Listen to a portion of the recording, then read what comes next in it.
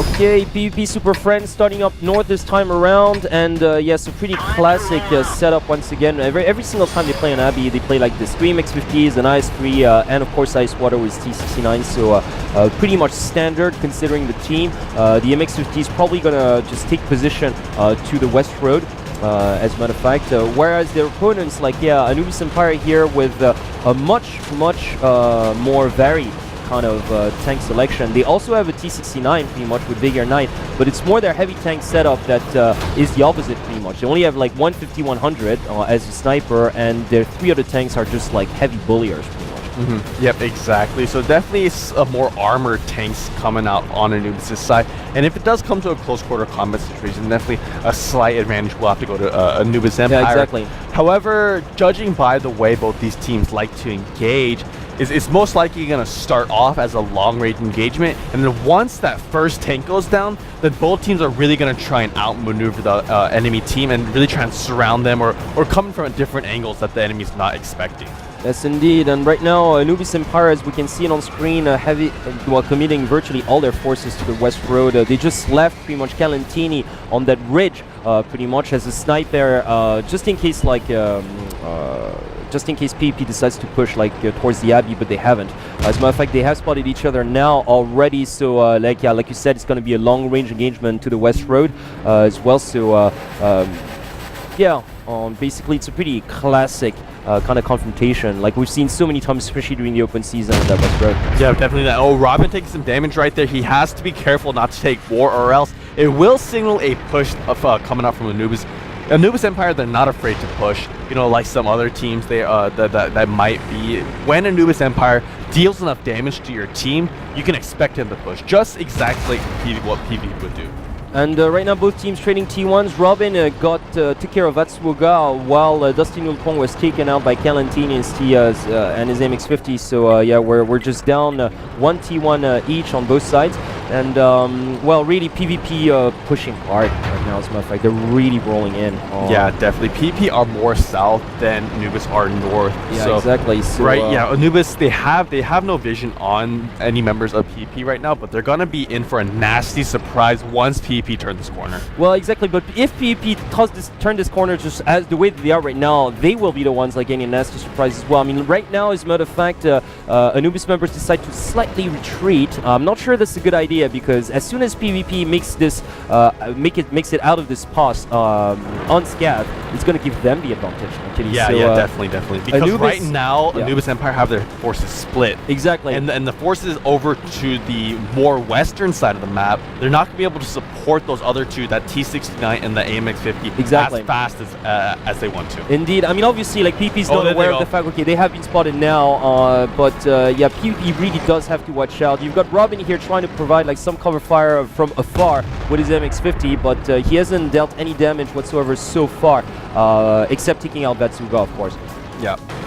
So Robin is the only member, I believe, on PvP side that who has been taking damage so far, and they have pulled back one of the heavier forces more to the northern edge of the ridge. So this most likely aiming. It is Robin. It is Robin. Yeah. So Robin, gonna be the sniper. He is trying to just pretty much, because from where he is, he can get crack shots all the way down there. But well, so far he hasn't dealt much damage. I mean, except taking out the T1. Yeah, PvP is not aware right now that Anubis have actually slightly spread their forces, but the way that they're positioned right now is not too detrimental, because both sides are actually linked, as a matter of fact. So support would not like be too late to into coming. It's just whatever team decides to push would be at a huge disadvantage right now. Yeah, definitely. So both teams, we have a pretty stalemate situation. They're extremely close to each other, both these teams. However, just to the fact of how important this set is, neither team is really taking that extra bit of risk. Well, exactly. You know what? If PvP were in the lead, they'd probably just charge in. But right now, if they lose this, they're pretty much knocked out of this Masters. And Aang being demoted to the regular, which hasn't happened since the start of the season. So I think they're really just taking this very seriously right now. Yeah, definitely. They've never been pushed like this before, so... Yeah, it's rare. It's kind of rare to see PvP in this sort of predicament. You know, being one set away from elimination. I mean, we've seen it a couple times, but usually that ends up in like a 5-setter where exactly. PvP And usually takes they're home in the lead. first 2 sets. Exactly, and usually they're the one in the lead, and then you know they never really had to play catch up before. So right now, they're not looking as indestructible and as comfortable as usual. Look at that; they're just really hesitating, like moving forward. But then again, so is Anubis. You know, if it were any other team, Anubis probably would just be like, okay, what do you know? Let's just do this. But against PvP, you can't do that. You definitely can't do that. If you're just like being too reckless, you're gonna get punished straight up. Oh, look at that Robin trying to get a crack shot here he misses again. Yeah, Robin, if he landed, actually, he fired, I believe, 2 or 3 shots. If he landed like 2 of those, it would have been quite significant damage, actually, that would have landed onto Anubis Empire. But unfortunately, he did miss. So it's going to be, I'm going to say it's going to be a little bit of time still before either team actually commits for an engage. We do have 4 minutes and about 20 seconds left. So, I mean, we have a decent amount of time left in this set. And neither team is in like a what do you call it, like a really big rush at this moment, just due to the fact that we do have 4 minutes and they are really close to each other, so it's not like it's going to take, you know, a whole minute or so just to engage the enemy team. It's going to be easy to engage. It's just finding that right opportunity. Well, indeed. Well, right now there is no opportunity. Look at that. Just the PP members, I think, have decided to retreat now. Yeah, they have. No, as a matter of fact, like, yeah, they're just repositioning their tanks. I think they're just going to try to commit like more tanks to the east road. I mean, to the eastern side of that west road. Pretty much. Look at that. Gova and Anuto are just like, you know, getting away of that narrow pass and possibly just getting a better angle. I don't know, but if they push from the eastern side, they're going to be at even a more big of a disadvantage. I don't think they're going to push from an eastern side. I think they're just like retreating just a wee bit more and being more cautious, as a matter of fact, like getting closer to their starting position, making sure that there's no any chances of a sneak capture in the last minutes or so of the game. But you know, Anubis Empire just have been so very conservative throughout all 3 sets so far, as a matter of fact. They're just waiting for PvP to actually make play and try to surround them, and that's when they start moving pretty much to hurt PvP when they're at the weakest. But I don't think PvP is going to take that chance this time around, so we might actually be headed for a draw. Yeah, quite possibly. So little under 3 minutes now, and no movement really coming out from Anubis Empire. PvP are moving them around just a little bit at this moment. They're kind of repositioning. I don't know exactly where they want to go just yet, but I mean, I like their position over on the western ridge before they pulled back, just due to the fact that, I mean, they were undercover. They're pretty close to the enemy team, and they weren't compromising their position. They weren't in a position to like get rained down upon from enemy fire. And look at this, Anubis Empire gonna go for a push of their own. They are creeping up more towards this northern edge of the western ridge.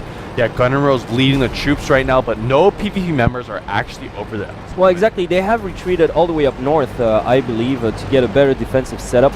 Yeah, it's actually kind of unfortunate that PvP pulled out, because if they just waited until this moment, they would have won that engagement when Anubis Empire, when they decided to push.